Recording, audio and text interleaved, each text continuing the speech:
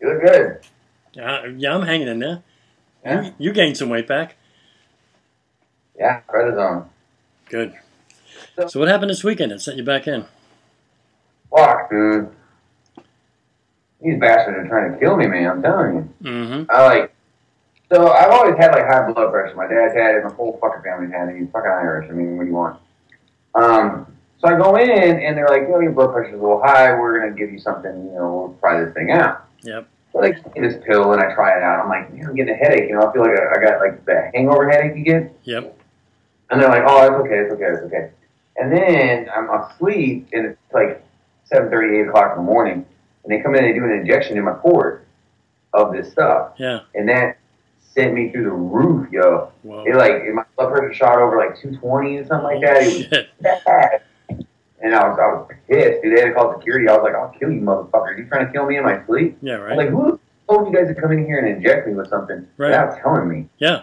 And they're like, oh, well, we've done it before. And then they're like, yeah, sometimes it has a reverse action. I'm like, sometimes, huh? Oh, man. They're fucking almost sending me to cardiac arrest, you asshole. Bad enough I'm going through chemo. Right? Shit. So I stayed an extra day in the hospital because of that bullshit. Yeah. That's crazy. Like, every fucking time I go to the hospital, something happens. Yeah, right? Every time, and I got lucky this time because, like, I actually feel really good coming out of the hospital. Like, I've actually been able to, like, go grocery shopping. I went out with my girl last night. I mean, I don't know what the fuck's going on. Yeah, huh? I don't. But I mean, if there was a time for me to feel good, it's now because, like, next week on my redemption episode, I'm sure they got something fucking planned. Yeah, right. I know that they always got something to fucking work. So can't trust them. Can't trust them bastards. No, right. Have you been watching it at all? Yeah. I mean, I'm sitting there in the hospital. I know, right? Last night I was at the shop talking to the boys, and they were closing up, and they're like, all freaking out because Jesse's going downstairs, and I was like, your dad's going home, and they're like, what? And I'm like, oh, never mind. We spoke to him last night. Right. We spoke to him last night. He said, what was his? He said to tell you. He said to tell Clint. Oh, he said to tell you to suck it. Yeah. I'm gonna text him this morning. I wanted to text him this morning and be like, how's it feel, motherfucker? How's it feel, huh? Did you see it though? I know, I was right? like, I'm 3 for 3, and now he's 2 for 2, so fuck him. Did you actually? Oh, so you didn't? Yeah, to be all honest, like when I did my redemption, like if you watch it, it's always the same thing, man. It's always the artist and the client, they're fighting and shit, and then they come in, they smooth it out, and they either work something out or they go.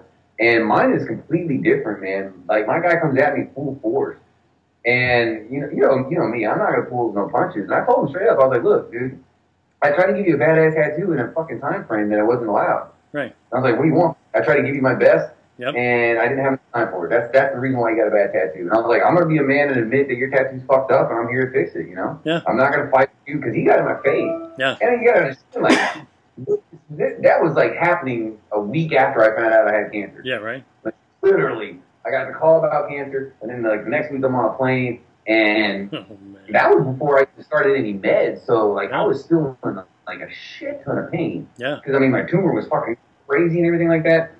And I was scared out of my mind because I was there with Baby and C's, and they were filming theirs. And I was telling C's, I was like, I don't know how I'm going to do this. I've been laying down for, a month now. Yeah. Since I got back from Japan, I haven't been able to sit. How am I going to sit and tattoo? Yeah. And it was weird by the grace of God. I mean, I sat down, the guy was like, just do whatever the hell you want. So I tattooed the whole forearm, and I sat down, and I didn't have a single bit of it until I got back to the hotel, and then that's when I started bleeding out and all kinds of shit happened. Really? Missed my flight home. They wanted to call paramedics and everything. It was bad. So my redemption's awesome. Like, seriously, like, they even told me, they're like, Clint, man, you had, like, the best redemption we've ever seen. Like, you came in there and just handled it. Like, they were impressed. Right. That's cool. So, I mean, I'm looking forward to it. I think it's going to be, God works in a weird way. And that redemption episode happened for a reason because I got a lot of people that are with me and everything like that. And that episode's just going to, like, really push that way fucking forward, man. Yeah. And I have a feeling like, by the way it's looking right now, they're saying I'm going to be completely done with chemo and everything in August, and I have a feeling like that's when the new season is going to start filming, and Oh, that'd be great. they're gonna throw me in it some fucking form fast. Right. I mean, ever since I came out about my cancer and everything like that, I've jumped up 10,000 followers. I mean, I post a video now, I get 10,000 hits. I mean, Yep. they're not stupid. I know, right? They're like, this guy's on. Some of us, it's funny how the Ink Master world works, because a lot of us are connected to each other. We're really, like, good friends. Sure. And some of them are just, like, out of there. Like, they're not in the circle at all. And I tell people that, whenever, like, for some reason I don't like anybody. So whenever somebody gets on that fucking show, they hit me up first and they're like, hey, how do I do it? Blah, blah, blah, blah, blah. Like, yo, just, the key to it, honestly, is either A, you make them laugh, or B, you fucking impress them. Yeah. You can't do either one of those, and you're not going to fucking have any kind of success. That's true. Yeah. I could impress them, but I could make them fucking laugh. That's true. So that's why I stuck around. But yeah, I mean, Vaughn and I are real good friends, and he's real good friends with Jesse, and honestly, that was all just basically about watching a really good tattoo artist kind of get the shaft. Serious. By judges that there's no fucking way in hell those judges could touch Jesse with a stick, dude. I know, right? There's no fucking way, man. Yeah. No. It was even funnier though, because at Jesse's party when I showed up there, the viewing party, he had a raffle for a 4-hour session to get tattooed by him, and I fucking won the damn thing. Oh no! All the money was being donated to my colorectal foundation. I was laughing. I was like, I came up here and totally fucking robbed you without a gun or anything, like. Right. I got all the money for the tattoo, and now you get a tattoo. And now you got a tattoo. He's involved forever about getting tattooed because he's like, we always fuck with each other and shit. Now he wants to tattoo my fucking stoma and shit. He's like, I want a tattoo around it and all that. I'm like, no, you're not touching it. He's always poking it and shit. Dude, he's a dirty little fucker. Right. I was there, he hit it like 6 times. And I was like, yo, that's my asshole. Yeah. You're punching it in a bar, like, you're gonna make me fucking shit myself. And he thought that was the funniest goddamn thing. He's such a little shit, man. He's funny. I love him to death, man. I love him to death. But, right, he's great. Last night it was kind of bittersweet. I love seeing him back on and everything like that. But I could tell, like, when he was leaving. Oh yeah. Eating and everything, like, he was pissed. Oh sure. And he should have been. He was not happy about being kicked off. Should have been. I mean, it's just. I mean, in all honesty, there's no way he should have fucking gone home. No, not at all. Kudos to that fucking kid though. That one kid, that black kid, that's fucking Anthony. Anthony, that his name? Yeah. Kid's fucking working it, man. He's good, right? Fucking hey, kid's fucking solid. Yeah, I know. I don't know. I started watching from the first episode and everything. I was like, this kid right here's got it. Yep, exactly. Fuck around, goes in there, does what the judges fucking love, and yeah. I know. Sometimes it puts something in people's heads, and they think like, oh, well, now I'm this fucking great, person. I mean, right. Not to throw anybody under the bus, especially with my history, but I mean, look at Reese. I mean, she did a television show, they didn't take off, and it blew her head up, and the reason why her and I split was because of the fact that she wasn't getting the notoriety or attention because she felt like she was living in my shadow. Right. And I was like, well, what the fuck can I do about it? Exactly. Right. I mean, like, I don't have a fucking DeLorean. I can't go back in time and fucking put me on Ink Masters. Yeah. I was like, and the second of all, I'm traveling the country, introducing you to everybody and getting you in all these shows. Sure. I'm hooking you up. Like, it's not like I'm just like using you as like, oh, my sidekick. You're not the Robin or my Batman, but he does that to people, man. Like they go in there with these high ass expectations. And that's what I tell everybody that hits me up about the show that I know are good artists. And they're like, I'm thinking about doing a show. And I tell them, like, man, just don't go in there with any expectation, seriously. Just, Jimmy Litwalk said it best. He's like, all that show is a 48-minute commercial for you. Yeah, that's it. He's like, fuck the judges, fuck the who wins what or anything like that. Do what you do and do what you do best because people are going to see that. When they're all, they're going to come to you for it. Too much. Let me say, I drove everybody fucking bananas on my season. I told them, I'm like, I don't fuck TV. I don't give a fuck about no cameras, no goddamn people. You gonna tell me there's one fucking bathroom with 17 people? Yeah, I'm gonna be fucking pissed. Yep. Everybody there was so fucking nice and shit. But after the week's end, man, me and Steve started drinking, and that's when we really started hitting the van. Yeah. You know, Steve, you imagine me and Steve locked up together 24/7. All we got to do is tattoo and drink. Right. Shit. Oh, my God. Yep. And next time, ask him about the Jesse rule. Did he ever tell you about that shit? No. He never told you about that? No. How we almost killed him? No.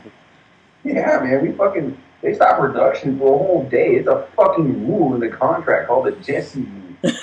Oh, no. Yeah, man, I'm not fucking around, man. One night, man, me and Steve, man, we got fucking pissed, man, because we were up all day. We're like, yo, man, we need a break, man. We need to get the fuck out of this house or something.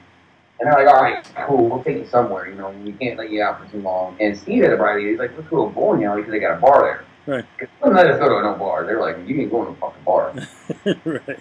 I already got in trouble twice because they used to let us go across the street to the gym, or not across the street, but down the street. There was a gym, and they would let us, work out for an hour or so. And I was like, fuck that. I told my handler, I was like, dude, there's a bar right across the street. And he's like, I don't know what you're doing. I'm not in this, blah, blah, blah. So I go over there and get hammered and shit. Right. In trouble for it. But we go to this bowling alley and we start drinking. And, of course, we're drinking fast because we only have 2 hours. Right. Getting lit up. I go back to the house, and it's me and Steve, and, Mark's fucking pissed off running around. K-Cuz sneaking up fucking, hookers and shit, fucking, and we're in the lobby drinking, these tall-ass fucking vodka and I think. Mm-hmm. Comes down, he's like, I want to drink with you guys. And we're like, no, Jesse, you don't want to drink with us. yeah, I want to drink with you. We're like, all right, fuck it then. So we started making some drinks, man, and, we got alcohol poisoning. No. And he passed out on the couch, but he puked all over the living room, he shit all over the bathroom, and the fucking paramedics had to come up and do shit on him and everything like that. And we was up at 8 in the morning, they were pissed. Oh, and it's like, you fucking killed him. Andrew came up there and said, we can't shoot anything for the day because he's fucking sick, and you guys all this shit, and blah, blah, blah, and they got me and Steve's ass. The whole time, we're like, hey, look at us, we're fine. Right. I'm all over, but you want me to do something, I'll do it. Right. You want me to fucking, draw on a fucking monkey's ass, I don't give a shit, Right. I didn't, that's a grown-ass man. Mm-hmm. You're like, fuck it then. So, no more fucking, now you ask every fucking season, all you gotta do is say, hey, what's up with that Jesse rule? And they'll all fucking say it. Every fucking season says that. They're like, what the fuck's a Jesse rule about, man? That's fucked up, man. That's great. And I told him, I was like, hey, it almost worked. Because at that point, Jesse was catching steam, and we're like, yo, we can't win if he's dead. Right. I didn't see him back on TV, though, because he's such a different artist than what that show has. Mm-hmm. Yeah. So it's really good for the diversity, for people to see that there's other people out there that have that kind of style. Like, the show is so fucking, whitewashed in a sense. Like, they have a certain way things can be done, and that's the thing that I hate most about the show is that it's like we have such great tattoo artists that go on there that do what they that nobody else can. Like, right. Clean actually said it really good. He's like, there's 1,000 people out there that are trying to do Jesse Smith, but they can't because it's Jesse Smith. Right, exactly. Well, Jesse said it last night too, so that was great. Yeah, I was really happy to see him on there. Mm-hmm. I love Sarah to death, and I tell all the time, to me, she's one of the top 5 best, realism artists that there is. Yeah. I would take that Pepsi challenge any day of the week. Mm-hmm. I don't know what the fuck she did on this season, though. I was, looking at her shit, and I was like, what it was? It was clean. And when she came to see me in the hospital, she told me, she's like, Clean got in my head. He fucking me nonstop. And I was like, yeah, how do you fucking think I felt when I did that Halloween episode and I saw that asshole every day? That's what he's good at, man. He's a good tattoo artist, but he's even better fucking with your head. He's throwing off. Because I told him straight up, I was like, dude, I've known you for a long time. I respect you, you're a fucking veteran. But I hate doing TV with you, and I honestly, I'll never fucking do it again because you're an asshole. Yeah. Mm-hmm. I'm like, outside of here, you see you at a convention or anything like that, fuck yeah, I'll buy you breakfast and I'll fucking, dine you, everything like that, but I will not do TV with you again because you're a fucking shit, man. Yeah. I've known Sarah for a long time, but I didn't expect for her to get thrown off of the game like that. I know, right? At first, tattoo was like a big black fucking thing, and I was like, what in the fuck did you do, Sarah? You know, she called me when they called her and told her that she was going back. She called me that day and she goes, "I'm going back." And I was like, "Sarah, don't do it." No. And she's, "Why not?" And I go, "Well, what do you have to gain?" Right. And she's like, "Oh, what do you mean? I'm going to be back on TV and everything." I'm like, they're not going to fucking kiss your ass and let you all go back to the finale. There's no fucking way. No. I was like, you're that crazy person. You're like Right. me, except you're more talented. Mm-hmm. And you have kids. So they're going to bring you back before they bring me back. And trust me, my name's on the board. Mm-hmm. I know I've been to the head office there, and they have a fucking board that has all this on it. And it has these people at the bottom that are like, yeah, fuck them and all that. And they have these top 10. They're like, we need somebody, give these assholes a call. And they're right there. And I was like, they're not bringing you on there because they want you to fucking rock and roll and win the goddamn Ink Master. No. That's for sure. What was that? I told her, like, you made it too easy. Like, all of them, they know exactly what to say to piss you the fuck off and get you to fucking fly off the handle. Yeah, that's it. I was like, if they call me to go back, I will go back. But there's a difference. There's a miles worth of difference here. Yeah. And I told her, I was like, I'm going back because I can see me going back on TV and tattooing and going through that shit as a push for hope for a lot of people that are in my situation. Yeah. When I go to the cancer center, you know, and I see people in their rooms and everything like that, they don't have family or anything, they're just sitting there and they're just doing their chemo and they're just fucking dying. And I'm like, you know, these people need something. There's so many people out there that are pushing like I am that have a lot less. Yep. And they're hitting me up and they're telling me their stories on Instagram and everything like that and how I'm inspiring them just by doing what I'm doing now. That's so right. I'm looking at it like if I go on TV, win, lose, or draw, it doesn't fucking matter because, you know, now I can inspire hope and pass that along to other people because, you know, I want people to know that, yeah, you know, I got dealt a pretty shitty fucking hand. I'm not going to cry about it. I'm just going to deal with it and move on. Right. And I'll be damned if, you know, like, attitude's everything. You know, I believe that. Your attitude's everything. That's, for sure. You know, and how you handle it, how you take it, you know, if you give up, then you're going to fucking give up. I used to walk in there every week, and I'd see, like, there were a bunch of people that would actually walk through the door, and they were like this, and I'd walk in, I'd be like, hey, what's up? And they would say, the nurses would even say, it's good to see somebody with a positive attitude. And they love seeing me come through the door because... That's what I do when I go there. I mean, I walk in fast, and I'm in my room, I'm like, let's go, let's get going. Exactly. I got shit to fucking do. And they're like, they're freaking out, you know, because I get pissed because they take forever. Yeah. And they're like, most people aren't really, like, wanting to just jump in the bed and get the chemo going. And I'm like, look, doctor says I have to fucking be here, otherwise I do this shit at home. Yep. So if I gotta be here, then let's fucking do it, get it done and over with, so I can go on my fucking life. But you so see the more that I live my life, the better chance I have of keeping my life. Yeah. I mean, you see the people that walk in like they gave up the minute they heard they had cancer. Oh, they're all over the place. They just the minute they heard it, they gave up and that was it. So that's the difference. I mean, I see a lot of kids, man. That's the thing that kills me is that a lot of kids, man. Like not kids like 7 or 8, but like 13, 15. You know, like do this shit. And I'm like sitting there thinking like, damn, when I was 13, we didn't have fucking MySpace or any of that shit. I was still, playing in the fucking woods and riding my bike and skateboarding and shit like that, and I couldn't imagine doing what I'm doing now, at 13. Right. And so if there's somebody out there that's my age that's going through something like I'm going through, and they don't have a lot to lean on except for maybe television or something like that, if I go back on that show and I give them some kind of hope or something like that, if they're sitting there going, man, this guy got fucking dealt a bad hand and look at him now. Yeah. That means I can do it. Then that's what I told Sarah. I was like, that's how I win. I'm fucking them. Yeah. I'm right the second I walk in the door. Like they can't take anything from me. Yep. Because I already won what I came to win. Yeah, exactly. There you go. It doesn't fucking matter if I do one goddamn tattoo or I win the whole fucking thing. Right. No, because I'm fucking the system. Yeah. I'm there for something other than myself. Yep. And they know that, and they also know how much publicity is going to get them, how having somebody like the Colorectal Foundation back them, they're the ones that are actually pushing for this shit. Mm-hmm. Yeah. They're saying, yo, we're going to get you back on there. They're like, we know the benefits of you being back on TV and everything like that. And they're like, this is a great story. You want this. Mm-hmm. They're talking about paying me to go and talk at like all these events and things like that. That's great. They're like, they have a whole lineup. Jennifer's setting all that shit up. She's like talking about Washington D.C. and all these fucking like. fucking things. And I'm like, okay, whatever, you know. That's great.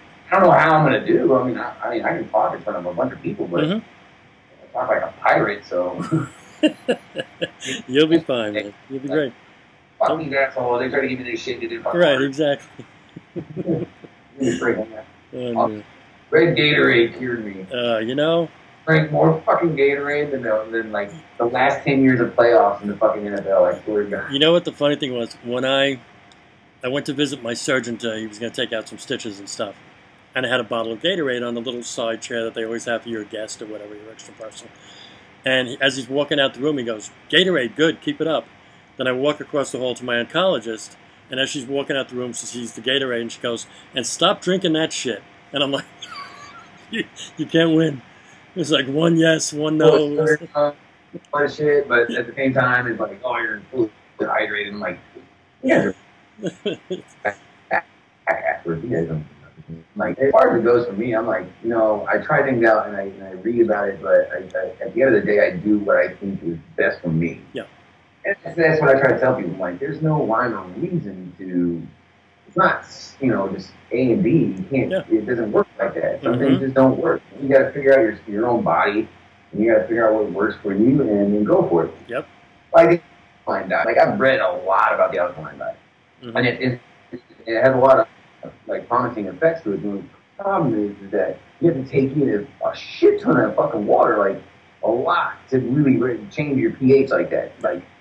And I know this because I've been a reef keeper. Like I've been a reef keeper, you know, just about as long as I've been a tattoo artist. So I know all about salt water and fish and everything, you know. And I know that it takes a lot to change the alkalinity in water, because if my corals are going to die or something like that, or if the alkalinity is wrong, you're pretty much fucked. Right. It's a overall.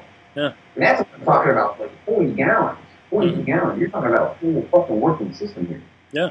And I tell people that I'm like, yo, that's a great thing, but you know, at the same time, you know, as all the time I'm taking into the water to raise my alkalinity, I'm pissed the fuck out.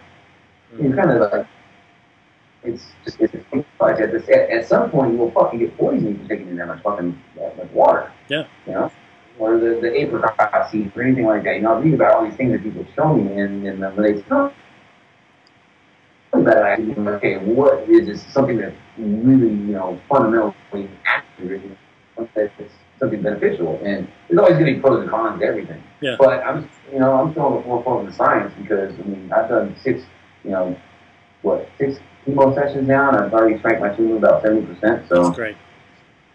I mean, if it's working, don't fucking fix it, right? I know, right? So, what were you like, 35 when you started? What, not feeling good?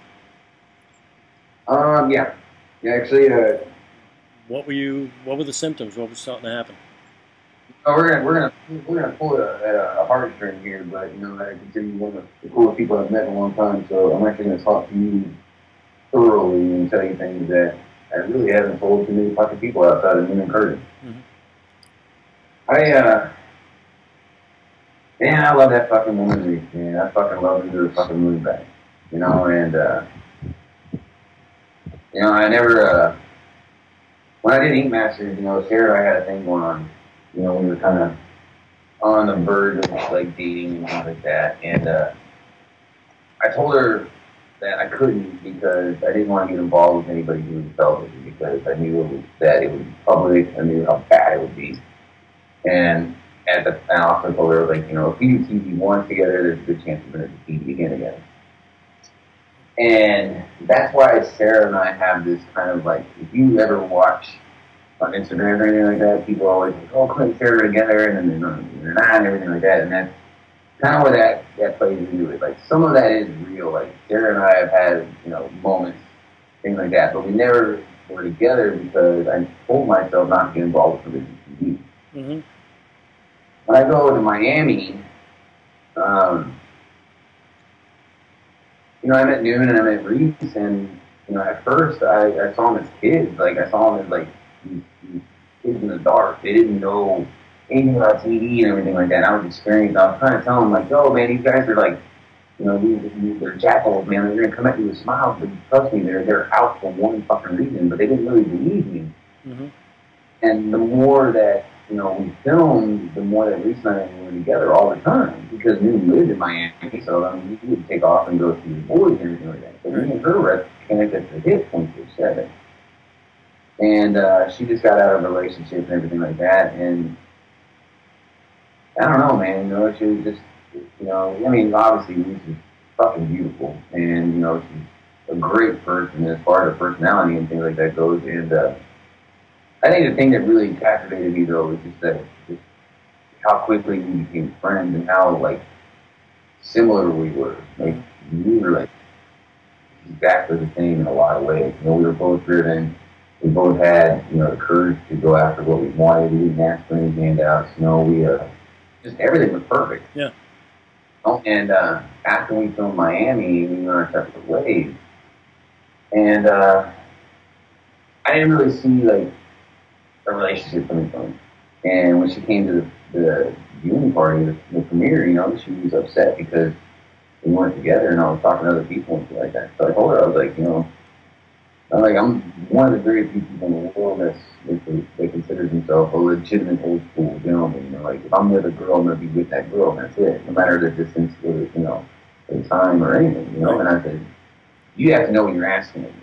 You know, like if you're asking me to be in a relationship with you, then I'm gonna be that 110%. Right. It was good for a while. You know, it was good. You know, we were traveling and everything was great, and then. You know, I went to Philadelphia with Curtis because East Ocean needed an artist out there, and they called me, and it was late notice for her, she couldn't make it. And I don't know, like we weren't even on the rocks or anything. Like everything was fucking fantastic. And then I go to San Diego, and it was done.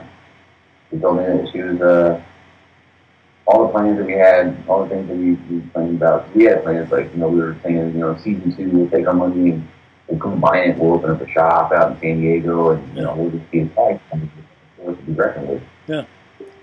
Everything changed, and you know, she pulled the plug when I was in Argentina. You know, and I was by myself for a week in a fucking foreign country, and the only person I had there was Steve, and I was like, fuck all this. That's fuck it. I stayed in my room and I just drank and I drank and you know, and I gotta be honest, like I think I made it. I really do. Like I was at such a point in my life that, you know, I let myself down and I let myself fall into that trap that you know, like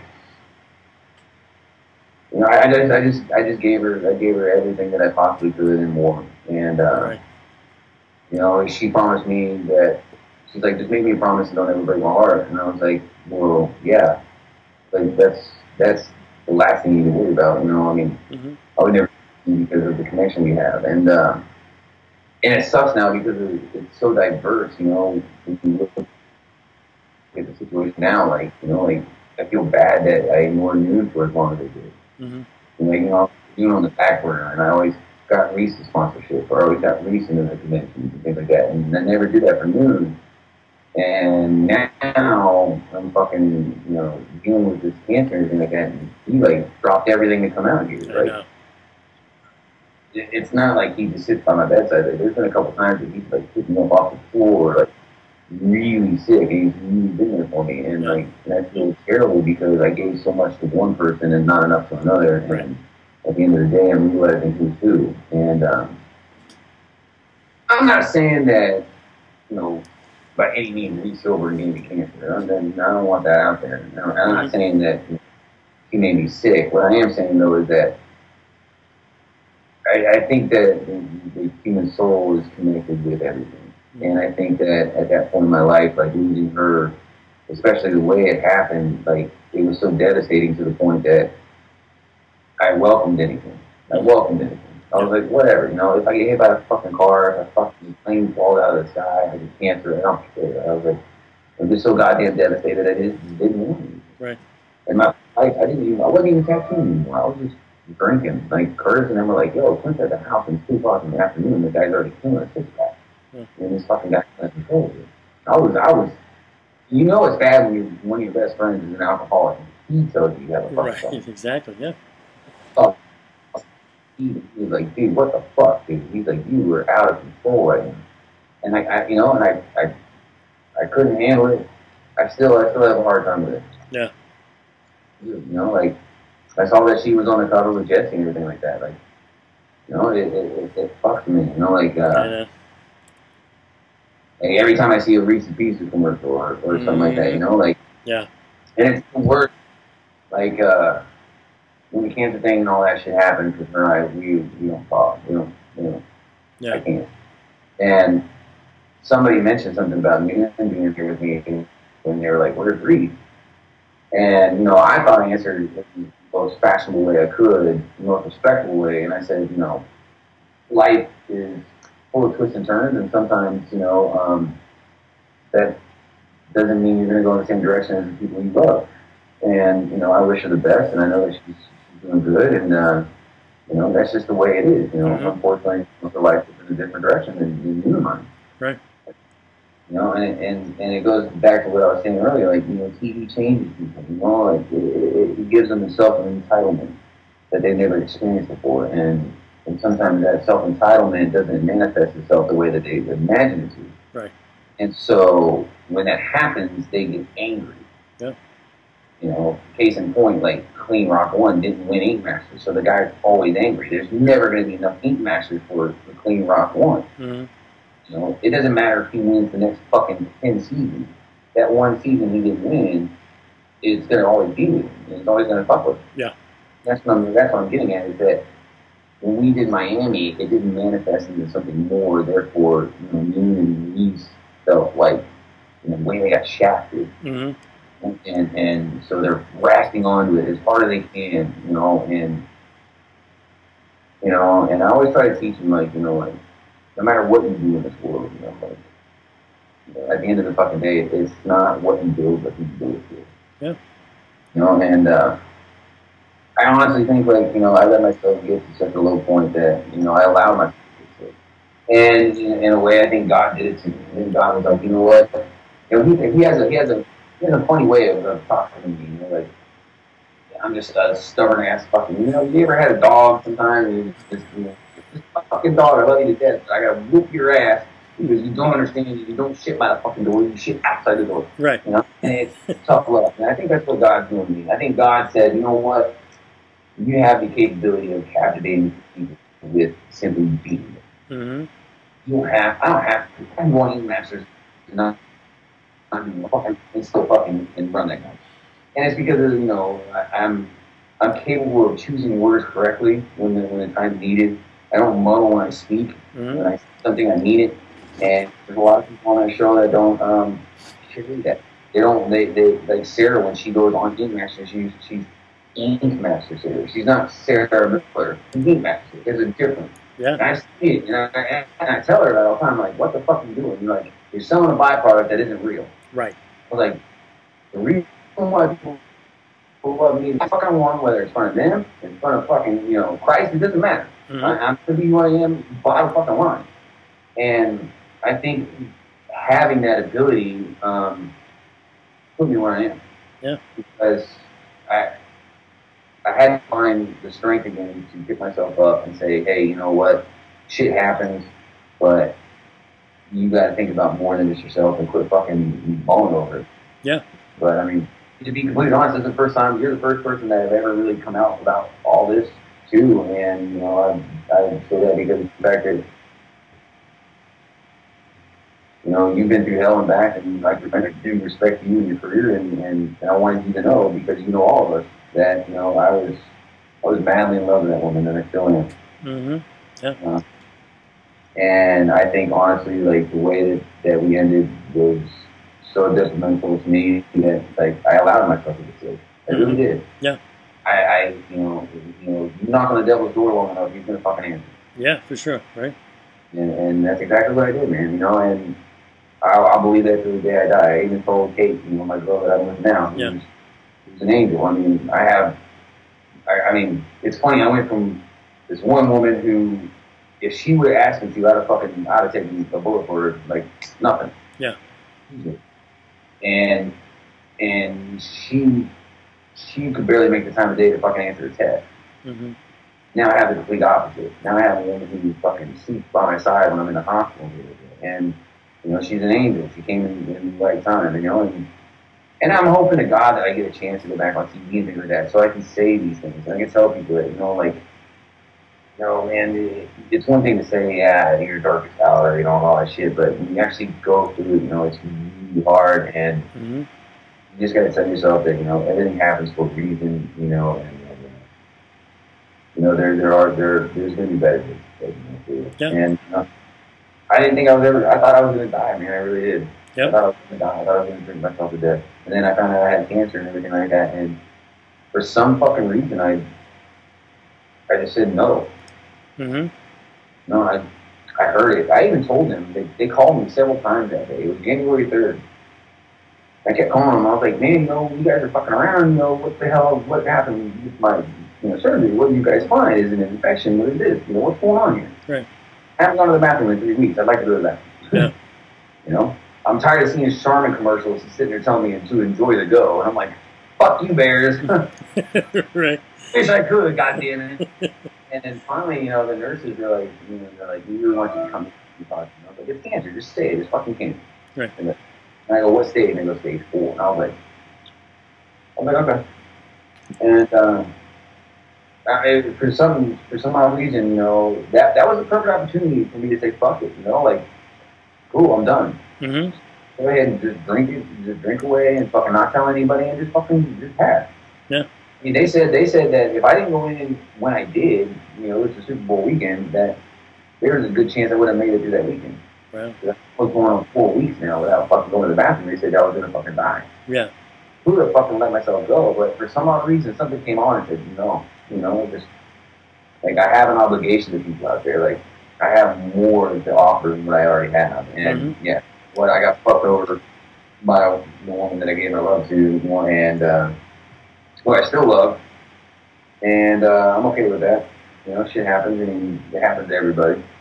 Yep. So I'm not gonna fucking cry and pout about it, you know. Yeah.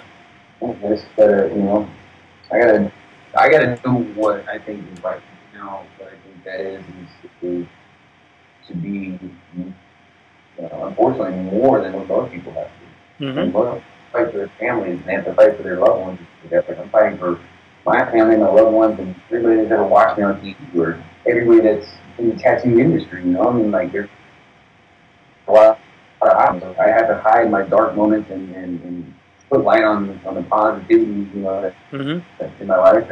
It's a hard thing to balance. It really is. There's a lot of fucking days. There's a lot of days, and I'm just like, fuck it, dude. I don't want to fucking nobody.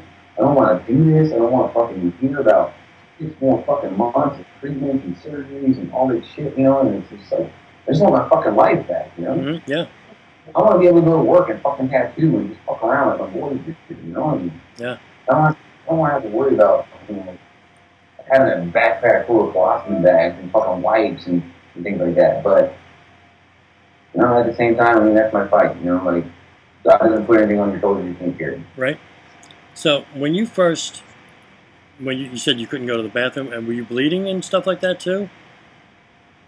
Yeah, that was what my indicator was. I was in Tokyo, and I was like, trying to go to the bathroom, I was like, taking a hot bath and showers and shit like that. And Tokyo is fucking rad, yo. They got toilets out there that are like 20 years.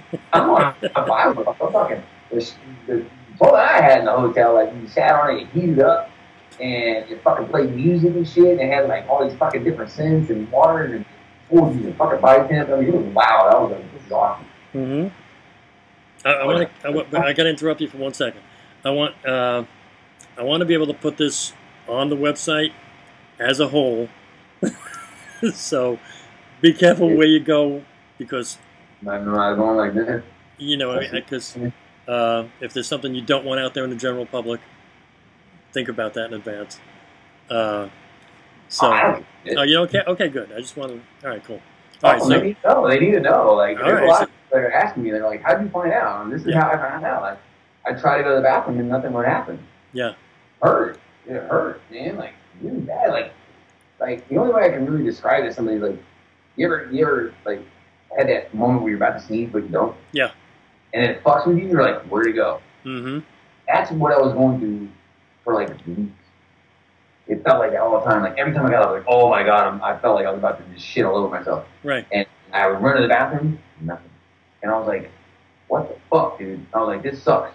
Yeah. And it really felt like there was like something, like a brick or something up there. I was like, this sucks. And like, did somebody fuck with me in my sleep and put a butt plug up there and not tell me? And Exactly. Like, what the hell is going on? Yeah.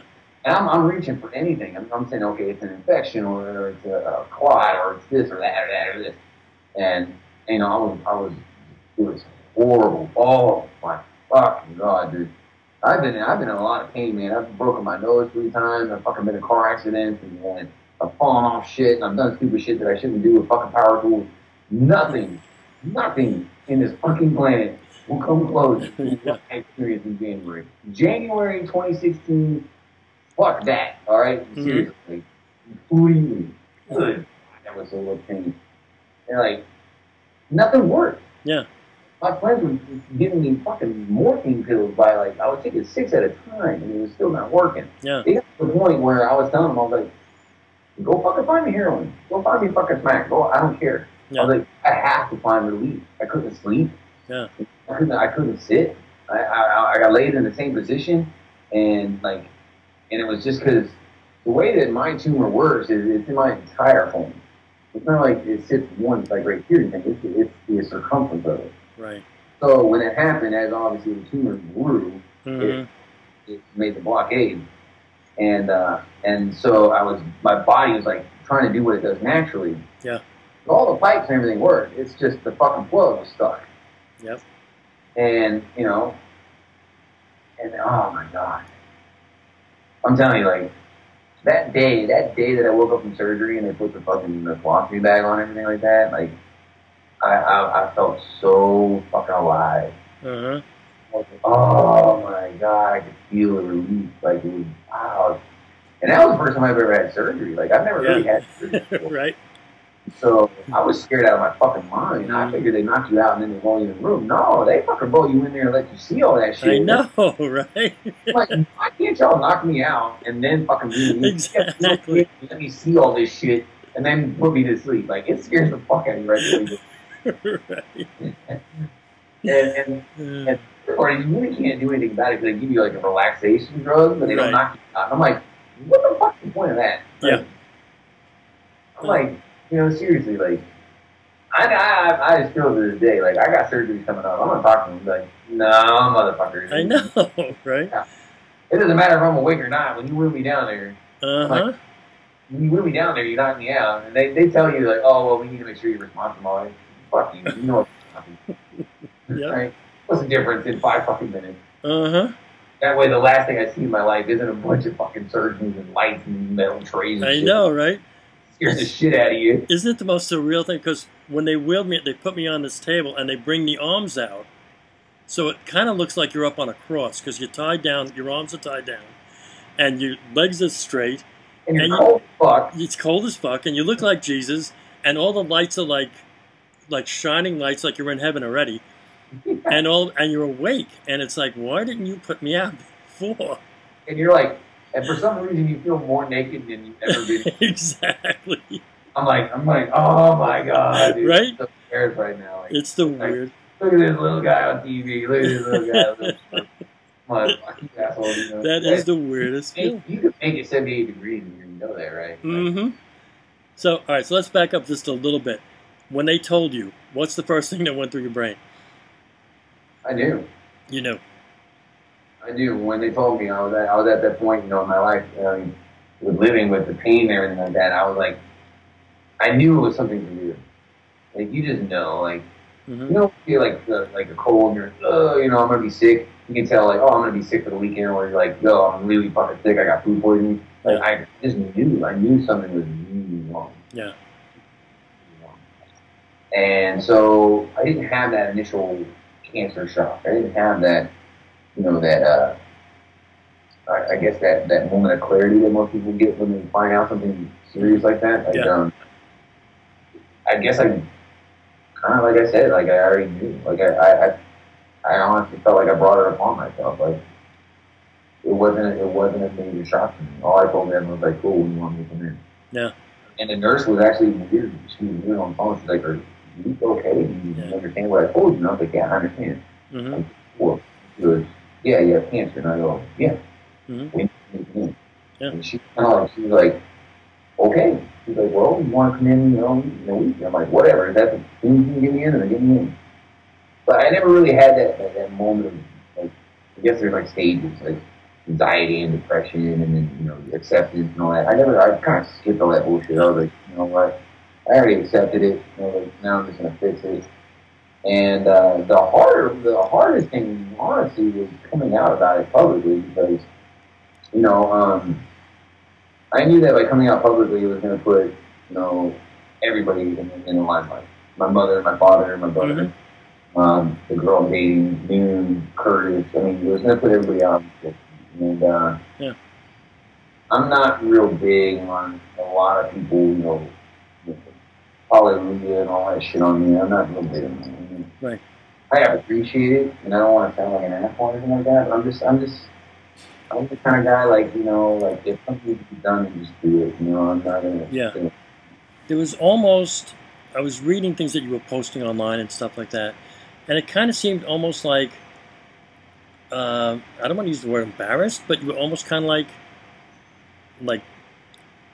I don't know how to break this to you, but this is like embarrassing for me kind of type of thing, if that makes sense. The thing is, yeah, you're right, but the embarrassment wasn't because of the cancer or where it was. The embarrassment was because of the fact that I allowed myself to fall in such a deep hole. Okay. And that was the embarrassing. Allow myself to be engulfed by somebody.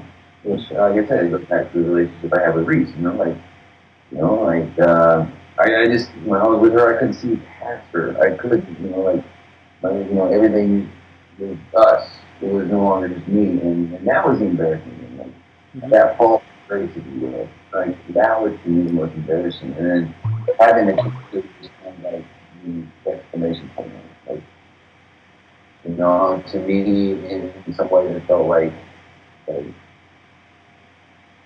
she knew. And she knew that I wasn't good enough. And she knew that, I wasn't that big, muscular, strong SoCal guy that she's dating now.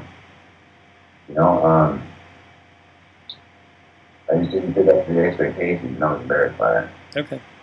And no matter how many accolades, or achievements or things that I do, that I will never fit that model man that she desired, and that was embarrassing. Yeah. And it was embarrassing that I allowed myself to fall so fucking hard, and become that weakness. Because I've never seen myself as weak, and that was embarrassing. I'm not embarrassed by it. I'm not embarrassed by it at all. I don't mind talking about it. I need people to know about it. I'm going through it because these other people do. Yeah, and people get sick, and it happens. So I'm not all embarrassed by it. What I am embarrassed about is, how I sold myself out, and I tried to be something that I'm not for so long, just for somebody that at the end didn't do it. Yeah. That's embarrassing, man. Is that I always told my boys to be true, man. That we're family, We always, be ourselves, and I didn't. I tried to be, this great pillar of a man for this person. That at the end of the day, I don't know how to do it. I don't know. I think she sees me as nothing more than a coworker. Mm-hmm. That's painful, man. That's painful. Yeah. So, you gotta understand. Look at it from my perspective. I get reminders of it every day. Last night I spent all night watching comic movies with Noon. There's no way that I'm gonna sit there and look at Noon and not associate me with her. It's hard. It's kind of like how some people feel if they lost a child, and they look at their husband and they can see, similarities and things like that. I'm not by any means comparing my loss to that. Mm-hmm. I'm just saying there's a similar instance there. June came to be my caretaker, and I love him, and he's like a brother to me, but I can't hear his voice. I can't talk to him without hearing her. Right. Thinking about it, or anything like that. Like it. And because we were, introduced at the same time. Like, I don't know a world of with me without her. Right. And that's the hard part of it. The embarrassing part. Like, that's the killer. Yeah. Like, I was watching myself late at night when I'm laying there in the hospital during that. I was like, there'll be a broken heart that takes me trying to do it. And I honestly believe that, like, sometimes, we're so connected with our hearts and our souls that, like, something detrimental happens that, and that goes back to us. And it did, Mm-hmm. There's no getting back or, right. There's nothing to do about it. All I can do is move forward and accept it, learn from it. And, what I'm doing now, going forward with this and everything like that, like, it helps me. It sounds weird, like, and talking to people and doing everything I'm doing to them, whether it's dressing up and cosplaying, going to see them in the hospital, or just, whatever I have planned, it seems like I'm trying to help them, but I mean, it helps me. Mm-hmm. It really does. Yeah. But, it's going to take years. Finally put that bag of bricks in. Yeah. You did 6 chemo sessions already? Yeah, 6 chemo sessions. 6 more to go. So you wear the pouch afterwards with the little machine for 48 hours, or? No, they actually they hooked that up, and then I got the machine and fucking beats all damn night. Right. Yeah, saline and everything like that. Mm-hmm. And I get it 48 hours. Oh, so you actually have to stay there for 48 hours. Good. I'm well with it. Man, that shit kicks you in the fucking dick. Mm-hmm. Yeah. You'll fucking. And then it takes a long time, and it sucked. I didn't like going this last time because it took me for a really long time to recover. Yeah. So, like, the day I was going in there was like the first day I felt alive. Like, I felt good. I felt like the old Clint. Like, the old Clint, man, is kind of guy that's like, I ain't paying nobody to do shit that I can't do myself. I'll fucking tile it. I'll build it. I'll fucking sheetrock it. I'll fucking, you can ask the boys. They're like, this motherfucker is a little internet guy's money. He goes and goes and goes. And so for me to, like, sit around for the last 4 months and not do much except take chemo and drink Gatorade and watch fucking movies, I mean, it's going out of my fucking head here. Mm-hmm. And, this last time I went in, I was feeling good that day. I was running around doing my mother and things like that, and I was eating in public. And I say that because, like, I have a fear of eating in public now. Mm-hmm. You have a bag attached to you. You're scared for your life. Like, you don't want to have any accidents. You don't want to fucking have, like smells or anything like that. It's just, you get very, concentrated. Right. And that was a good day, man. And we moved to the hospital, and it was like, Mm-hmm. kind of like, whenever I used to play like old Tekken fighting games, you get stuck on a guy, whoop your ass, and you will not give up. That's my life, and I feel like that.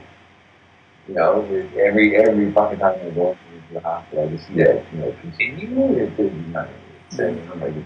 The quarter. Unreal. So last time was good though. Last time was a good run. Like, I went in there and I was like, just do it, just fucking knock it out. I mean, minus the whole blood pressure, head explosion thing. It was a good run. I walked out of there my 6 feet. I said, you guys can take some good. Yep. And I've been home and I've been kicking ass since then, and I feel good. I mean, it really good. Mm-hmm. So, for those who don't know, what is the colostomy bag like? What is it like, or what is it? What is it, and what is it like? Okay, so colostomy bag is basically what saved my life. And, intestines, they do all this good jazz. But at the end of the rope, your large intestine goes down, leading to your colon. My cancer took up my colon completely. Like, took the whole thing. So what the problem was that the pipe was working, but when it got to the bottom, it stopped functioning. Right. And so it was backing up and backing up. So what they had to do was they went in, and on my side, they went and they had to cut me right about, they cut it right around here, and they actually cut it through. So this is what I wear now. Right. And isn't that something that a lot of people deal with? The more I read about it, like people are born with genetic, disabilities and things of that nature, and they actually have normal functioning lives, but in a sense, what it does, it lets me go to the bathroom. Mm-hmm. You're constantly producing waste, and if you can't expel that waste, you're going to die. And I couldn't expel my waste. And so what they did was they took my intestine and cut it, and they pushed it through my stomach, and they attach a bag to it. Now, there's all kinds of complications. Like, you constantly have something stuck to your body. You constantly have to clean it. You have to, maintain. You have to worry about infections and things like that. But I'm still alive. I mean, that's the most important thing. Is that, if my work here was done, then I would have been gone. So obviously there's something else that I need to do. Right. It's it's surprising how many people in the world live with it. Like, I watch YouTube videos and things like that, and I see kids, and I see guys that are super fucking fit, looking like Spartans, and they have ostomies, and it's a life changer, and it's it took me months to kind of really make my peace with it. I'm still hoping that I can have a reversal done, but then so be it. I'll figure it out as I go along. Right. Okay. So you don't have to do any radiation at this point? Well, right now the doctors, my oncologist and everything like that are like just super pumped about my blood work. They're saying everything is picture perfect. And they're saying that the tumor's shrinking faster than they expected. And they're saying that if I can keep this pace, that I won't have to do radiation, and they're going to go ahead and just knock out a few more sessions of chemo, go in there and cut out whatever they think. And hopefully that time they'll put me back together, and I'll be a brand new little boy again. That's great. So you were, what, 170 pounds when you first got sick? I was about 185. 185, and you went down to 115. 112. 112. Jesus. Now I'm back up to about 1. But I mean, a lot of that has to do with the fact that I was like scared to eat. Like, you have an ostomy, like when you first get it and everything like that, you're so fucking terrified of it. Yeah.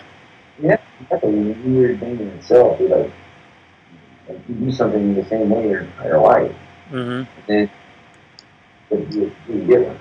Like, that's weird. Like, but I mean, it goes back to what I was saying. Like, the mind controls everything. And like now, like I've started to grasp, my ostomy and the cancer and everything like that. Like, I know how to come out of chemo and function. Right. Like, I still have my routine that everybody else does, and wake up in the morning, go to the bathroom, do fucking business, and I do that. Right. And I've slowly learned that I can train myself, and that is making it that much easier to live where I'm living. And I mean, the biggest thing that I feel like, just keep pushing and just keep living your life. I've got dealt a shitload of bad hands, but I'm still at the fucking table, and I still got chips, so fuck it. Yeah. You never know. You never know. And so I just woke up and I just decided I was like, I'm getting my life back. I'm going to do everything I did before this happened. And it really has. Like, and I'm proud of myself. This is the first thing that I've ever really done in my life for myself that I can be damn proud of. Is getting my weight up and just pushing forward with it. Yeah. It's hard, man. I feel for people that have to like live their lives like I do, but you know, it happens. You know, and it can happen for a reason. And Yep. you gotta accept it. You know, like I mean, there's soldiers out there that are fighting for our freedom, and they're losing millions of because of that. They come home, they gotta, you know, learn how to live their life all over again because of that. And True. so I'm no different. You know, happened to me, but you know, I'm learning how to live it. Yeah. Did you have insurance? Yeah, I got lucky, man. I purchased insurance a year before this happened. Oh, it's great. It was funny because my mom and dad were on my ass about it. They were like, "You gotta get insurance, you gotta get insurance." And I was like, "You know what? Shut up." And I was like, "If I'm gonna get something, I'm gonna get the best fucking insurance I can." And you know that proved to me that there's angels, there's other things down the road. Mm-hmm. If I just, I don't know how the fuck I get by right now. I mean, I have stacks of bills right now, but I'm like, I'll take care of that shit when I can look for it. Right. When I get the neuropathy and everything, tattoo and being on chemo, I can't be around people while I tattoo, so right. I'm kind of just doing it. See, I was worried about the insurance thing because I got a feeling probably 90% of tattoo artists don't have insurance. Yeah. And that's something I think should be pushed home a little bit. That it's hard being an independent contractor or whatever they may call themselves in the state or whatever like that. But I don't know, man. You know, like some just said you gotta go get this shit. You know, so I did, and I went and got the absolute best possible plan I could. That's great. And I've been ringing that fucking that doorbell. I bet people over at Cigna are like, this kid knew. Because I hit him up with all the dental and the chemo and the surgery and all. Like, they thought they were getting away with something. All of a sudden, man, I smacked them hard. Right. Oh man. So what's happening with your what do you call it? The Art of Heroes on the 12th of June. Oh, the Art of Heroes. So you know, I was sitting around, you know, doing the chemo and everything like that, and I was thinking about it, and somebody was talking about putting the benefit together. And it was a good friend of mine left me. He put a really good he came to the hospital, told me, he gave me the money that they raised, which is about $24,000. And he's like, I want you to take this money, and I don't want you to, you know, see it as anything. I want you to pay your bills or what you do, whatever you want with it. If you want to go out and buy a car or whatever, it's your. And so I thought about it. I was like, well, you know, what do I want? And I was like, I want my life back. And so I was like, how do I get my life back? And I was like, well, my life is I took the money and I spent every single dollar of it on raffle prizes and putting this benefit together because I want people to enjoy my studio, to know that I'm still alive, that I'm still there at the studio. And I also want to educate people as much as I can. You know, like the Colorectal Foundation is going to be out there. They're going to be talking. I really want people to see me as that survivor title that I have. Mm-hmm. You know, I don't want people to, you know, see my story or hear my story or read my story and be like, man, you know, that kid's doing it. I can't do, you know, and it felt like the right thing to do. Mm-hmm. And it's something that I'm going to continue to do. Like, I've been looking for a long time for something that my studio can be a part of that would be beneficial to, you know, my environment, my city, my industry. And surprisingly, the tattoo industry is a billion-dollar industry. We don't have shit. Like, you never hear about any major corporations or anything like that we have, you know, putting something together. Right. You know, and I was thinking there going, man, you know, the NFL works with breast cancer awareness. Like, look what they do together. Yep. And I was like, we're not the NFL, but we're getting there. Like, we're a billion-dollar industry now.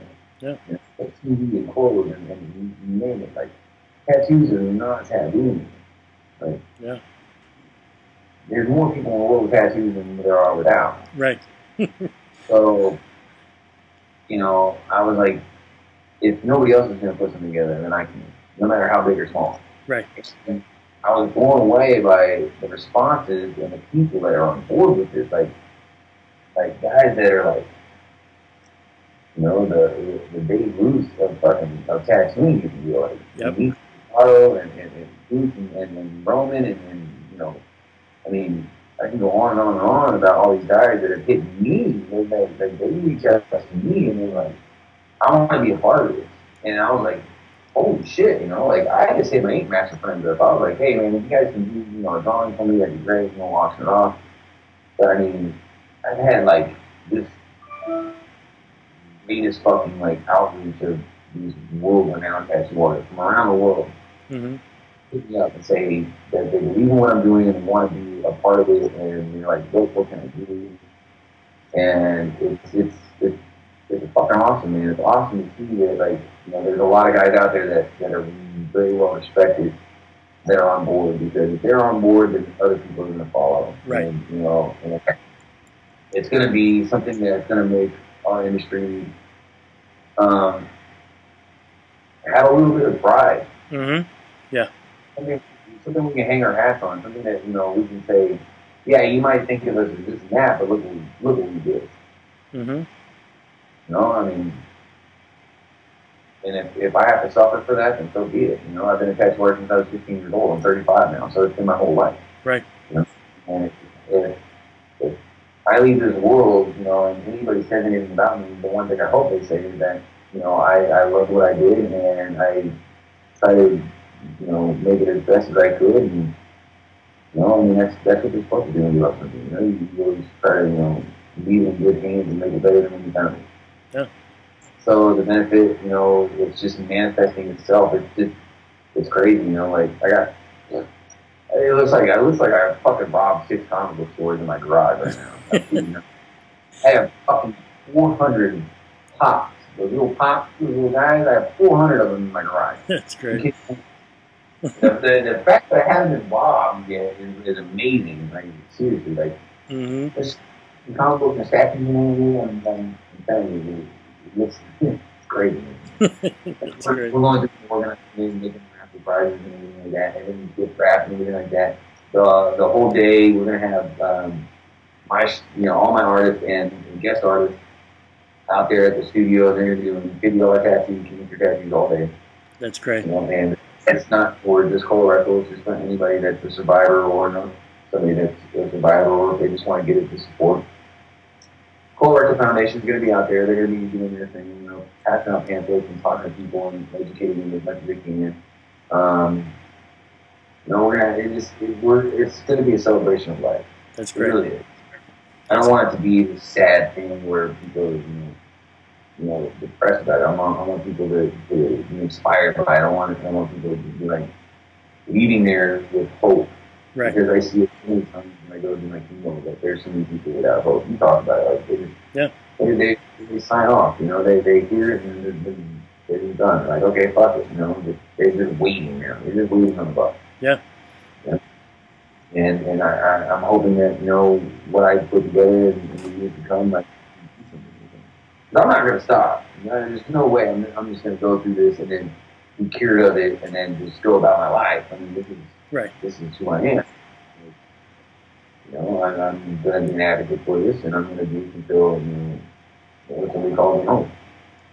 Yeah, great. You know, hopefully at the end of the day, you know, this will be something I can be remembered for. You know, something that people would say that, you know, I was a good man. If I leave this earth and the only thing that I have, you know, people say about me is that I was a funny tattoo artist, you know, I mean, I didn't do what I was going to do, you know. Yeah. That's just a job. Mm-hmm. You know, it's a job. It doesn't define who I am. You know, I want people to say, you know, that I was a good man, you know, that I tried to do the best I can with what I was else. Yep. You know, so. Yeah. That's key. On a lighter note, I never knew you played guitar. Yeah, man, I played a guitar for a long damn time. I ain't good at it. I mean, I'm all right. I mean, I can I can belt out some GNR for you real quick if you want, but it was funny as hell because like, you know, I used to get paid by bands to paint on their guitars, like their logos and like that. Right. And the fucking day I got eliminated, the next day, what do? They paint fucking guitars. I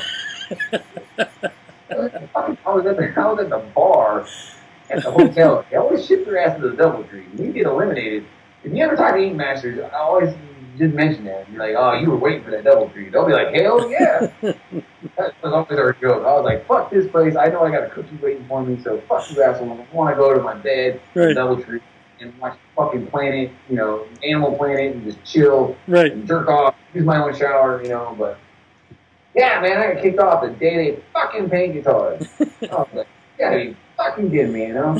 It's like That's it's like being a chef, and like you're an Italian chef, and you cook every goddamn thing, right. you know, eliminate. And the next day they're like, oh, you're making lasagna. You're like, motherfucker. I was so pissed, dude. I was so fucking pissed. And then it shows. I watched it episode 8. Motherfucker.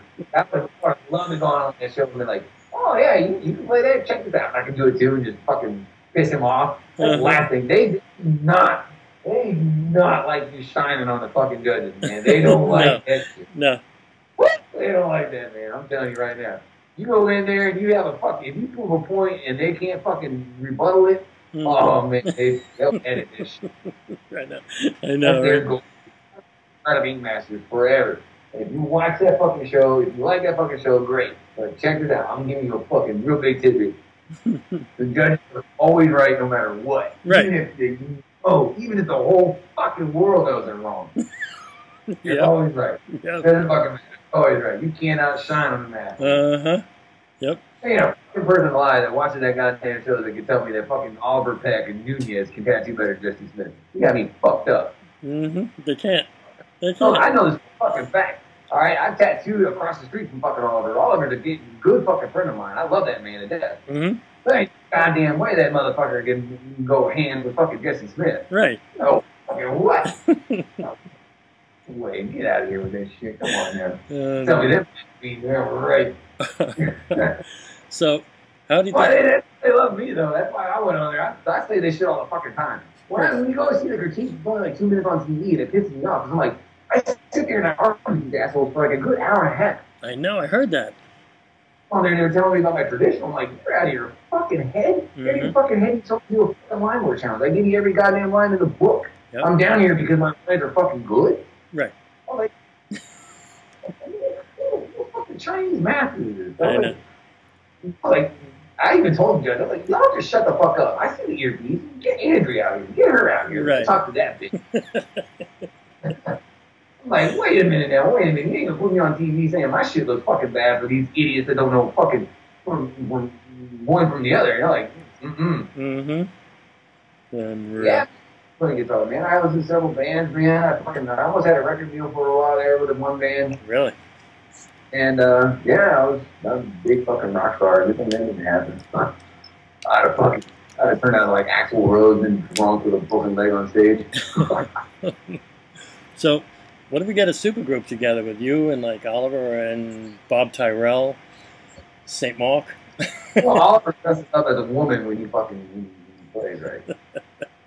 I'm just like, no, like, I don't know what that's all about, but I mean, I'd be down for that. Like, Steve and I played in Argentina, but Steve has to, like, the problem with Steve was, like, I'm a jammer. Like, I'll just fucking get on there and just go. And Steve has to know the song. Like, he has to be smoking the water. Like,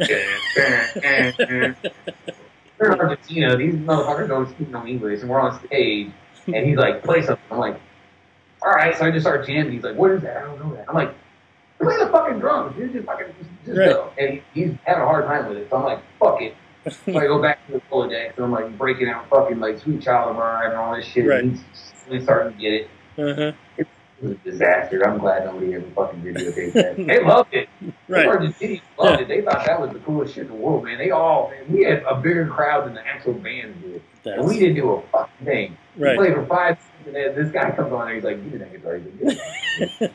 Right. It was embarrassing. It's like one of my most embarrassing moments as a musician was in Argentina. But I can't say it in other countries. So, Yep. I mean, I guess I can look at it that way. Yeah, exactly. That's great. That's funny stuff. All right, so I think we have everything, right? I'm glad you're doing better. That's for damn sure. And Both, buddy. Fuck. and I'm I've had glad. my, man, I'm a tough son of a bitch, though. I'll tell you that. If Yeah. I go to my show, man, they got something coming on. Let me tell you. Mm-hmm. Yep. Man, something coming. Yeah. Because now I'm a loose cannon. Now I don't give a fuck. I mean, the last thing you want to do is send me on that motherfucker, especially knowing that I'm already winning. Right. I don't even have a fucking tattoo, and I'm gonna win this motherfucker. So. But that's, I mean, in a lot of sense though, like that's where I'm really happy that Redemption's gonna be on this week. Like you get to watch that, and you get to see me in a different way that you normally see me. Like normally, people know me as that firecracker that, like, you know, like I'm real pissed off all the fucking time, and I don't put up with shit, and they loved it. This time around, I hit him on a different approach. Like, you know, I use my words better, and I calm myself down. But I was still aggressive in the way that I approached the situation, you know, because this dude was in my fucking face, yo. Yeah. Mm-hmm. Like, yeah. It's him and his wife. And his wife was telling me, like, you fucked his arm up. He can't fucking go outside anymore without a t-shirt on. Oh, no. I wanted to hit her. I'd be like, all right now, check it out. Wait. Don't sit there and put it on me. That this scratcher that came onto a fucking television show that signed a piece of paper knowing he was going to get whatever the fuck he got. And you're telling me now that he's a cripple? That he can't go outside? That he hasn't seen the sun since the last time I tattooed him? I was like, you're a fool of shit, woman. Yeah. I was like, I know this is you 5 fucking seconds of fame, so I'm going to let you have it, but you're going to see it. You're going to see it on TV. You're full of fucking shit. You better hope to God they edit that shit, because if they don't, I'm going to fucking tear you a new one. Don't fucking sit there and tell me that a crippled old man, he can't go outside and he has to wear jackets in the summer. That's crazy. Oh man, I wanted to smack the taste out of his mouth. I calmed myself, and I was like, you know what? I did wrong by you guys. I tried to give you my best work, and I bit off more than I could chew, but guess what? That's not a factor now. If you guys feel that I can do the tattoo for you, then let's rock and roll. Yeah. I was like, then what are we here pulling our dicks for? I can go back home and deal with what I got to deal with. And they were like, okay. And I was like, so what do you want to get tattooed? And the guy's like, do whatever you want. I'm like, you make no fucking sense. Mm-hmm. Mad because I screwed up a tattoo I did on you, but now you're letting me do whatever the fuck I want? Right. Fuck. I was like, I was just like, all right, whatever. I was like, whatever, you know what? Whatever. I didn't put this goddamn mohawk up for nothing, so we're tattooing. Yeah. And I rocked on him. I fucking tattooed his whole fucking arm, man. I was like, fuck it. I was like, what do you like? He's like, I like horror. I'm like, well, I'm not Steve Taft, so you're gonna skull. Right. So I just did a skull face, and it came out badass. I mean, it was kind of weird. Like me and Dave, like had this weird relationship, you know, like it's kind of touching into real shit here, but Dave and I have this like weird history. But it was really weird because I did my redemption, and like said it was so good that it was the best one he'd ever seen, and he started like touching me. He like touching me. I'm sure you're gonna say it on TV because I'm like David, and I'm like. Why is this asshole touching me right now? What? He's like, I watched all the redemptions, and he's always like doing this shit. Like, but for me, he's all fucking manhandling me. And I'm like, and I remember back in my season and how he was like fascinated with Jamie, and he's like, Jamie's so cute, and he wanted Jamie to win the championship like that. And I was like, yo, motherfucker, you're like, just because my cool don't work, I don't mean it's fucking up for grabs for anybody. I mean, get that out of your head. But it was just weird fuck. Like they brought me down and it's like, so you couldn't get it redemption, like on me and shit. I'm all like, what? I know they can edit it. I know they can't. That's how it happened the whole time. He was on me. I was like, get the fuck off me. Like, do you think maybe he knew you? Did he know you were sick? I fucked up. Like, we were filming, and I talked to my client, and then they send us off, and then I get ready and all this shit, and we have like a good half hour. And so I'm talking to him and all that, and I fuck up because I said something like, man, it's gonna be, this is the first time I've tattooed since I found out I'm sick. And he's like, oh, you're sick? What do you mean? And I was like, oh, fuck. And I'm not a guy that's gonna lie. I don't lie. I don't fucking I tell my boys not to lie. I'm like, you know what? All lying does is get you in fucking more trouble than you would if you told the truth. So I told him, I was like, yo, I got diagnosed last week with fucking stage 4 colorectal cancer. And he was like, oh my god, blah, blah, blah, blah, blah. And he was all about it and everything like that. And I was like, dude, it's cool, man. Don't worry about it. You know, I mean, I'm here. I'm fucking tattooing. Don't worry about it. You know? Yeah. But I was like, I'll fucking handle it. Don't worry about it. And he's like, man, I'm fucking sorry, man. He was really emotional. So I'm sure that had something to do with it. Yeah. It was probably like him, like wanting to hug you in some way. Weird, you know? Like, Yeah. I always had conversations with Dave. Like, even when they kicked me off and shit, in the hallway. Like, that son of a bitch avoids me like a plague. Right. Don't talk to everybody, but when I'm around him, he's always like, he doesn't fucking like me. So it was really fucking weird this last time being there because the smells and dealing with everything and C's there and Tattoo Baby's there and Yeah. I got 2 people that don't speak English that well and I'm like, fuck man, he's covering all my texts and shit and touching me and I'm like, what makes you think I like you, son of a bitch? You kicked me off TV fucking 3 times now. Right. Like every time you bring me back here, you make me feel like shit. That Halloween episode, that was like, Halloween was the worst. You know what happened that day? Yeah. The reason why I did so bad was because the night before, Billy Vegas is like, hey, let's go get some drinks before we have to go film, because this is our only night to go out. I'm like, all right, fuck it. Right. Well, I got my pin up, and I go to this bar out in fucking Jersey, God knows where, with Billy Vegas, and the owner's there, the bar, he knows us. He's like, I know you guys, come in, man, fucking drinking, and it's like 3:30 in the morning. He's talking to Nico. Nico's having some kind of problems, and we're fucking, I'm like, yo, I gotta go. And I'm like, call an Uber. So I'm drunk as shit. I go outside, and I get in the fucking car, and I take it back to the hotel. The next morning, I find out it wasn't a fucking Uber. I just ran to the street and got in somebody's fucking car. No. Into the hotel, and they're hustling Billy Vegas for $200 because they took me back. Right. And Billy was up all night fighting with his asshole, and the police came and everything like that. And I'm dead asleep in my room. That's great. Next day, fucked up, drunk, man. Oh, and I was so drunk. Oliver and them were like discussing with Andrea. They were like, "Yo, Clint's hungover as fuck. We don't know if he can tattoo." And they almost didn't let me tattoo. Right. And they were doing the whole. He came in as fucking like Cheech and Chong, and I'm like, I'm doing all fucking doing like this, and Clean's like, "Yo, this guy smells like vodka." And I'm all shut up. Moving a trash can. They were like, "Oh my god." Right. But I mean, and that was in the middle of what I was saying earlier. Like I was on the road to destruction. I didn't care. Yeah. Oh, like, put me on TV. Fuck it, let's be on TV. Right. Yep. Fucking tattoos, and then on top of that, they give me the stupidest fucking thing in the world to tattoo. Right. Demon.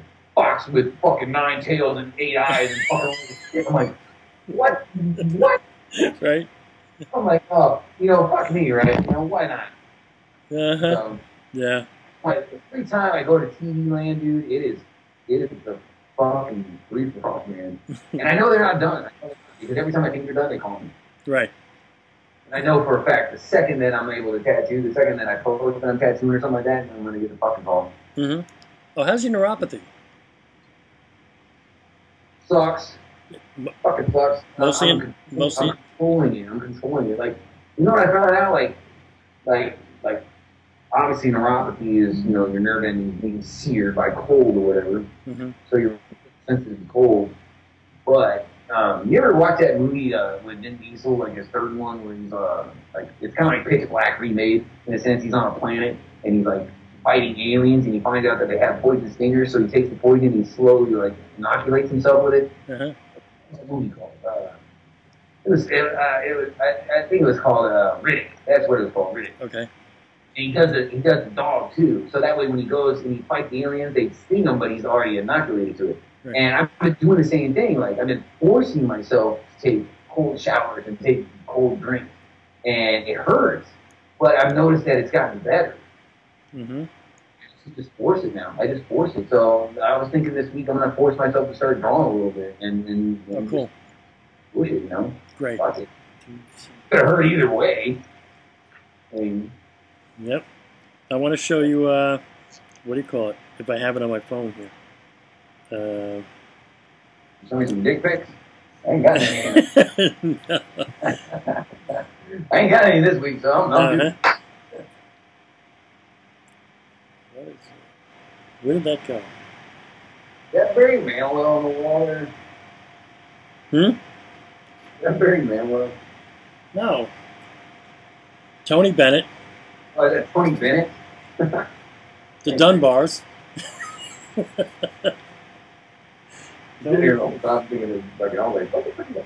No, it's Tony Bennett and the Dunbars. Can you see this? Pretty cool. It's kind of fun. But I mean, they're fucking rad. It's cool, right? That was a good day, man. I fucking had so much fun shooting that shit, you know? Like, I had the idea, like, I really wanted, when we were talking and everything like that, I was sitting there going, man, if I did a photo shoot, like, I don't want to do the same old typical, like, you know, like, hey, I got cancer, you know? Right, exactly. I was really trying to, like, you know, I know how an image can really just capture an emotion, and I wanted to have an image that signified just how depressed I was, but at the same time, kind of show the strength of just sitting through it. Yep. Just powering through it, and that's where that kind of idea came from. Actually, I was flipping through the channels of the hospital, and the food was on, and it was going outside, and favorite and reading these fucking things. He always just sitting in the rain, and he's like, "This doesn't bother me." And I was sitting there, I was like, man, that'd be a fucking cool shot. And I remember somebody else did a photo shoot a while back for Guitar Magazine. I think it was Zach Wild or something like that. He was fucking looking cool. He was playing in the water. It was all badass. I was like, God damn, that was cool. Yeah. And those fucking came out awesome, dude. Like, I'm telling you. Those are, like, by far, like, my favorite fucking images I've ever had shot of me. Oh, good. Like, he did a nice job. And I told you, man, I knew a girl that had a fucking shower that's a mile long. Yeah. Like, I was scared, though. Like, I was in the shower, and he was bringing all his shit in the shower. I'm like, nigga, don't electrocute me now. I'm like, right. That make a hell of a cover. Just fucking shotgun the end. Right. But he did, and the shower was so fucking long that he had, like, lights in the shower and, like, everything going plugged, and he was taping shit up, and I was like, oh, my God. That's funny.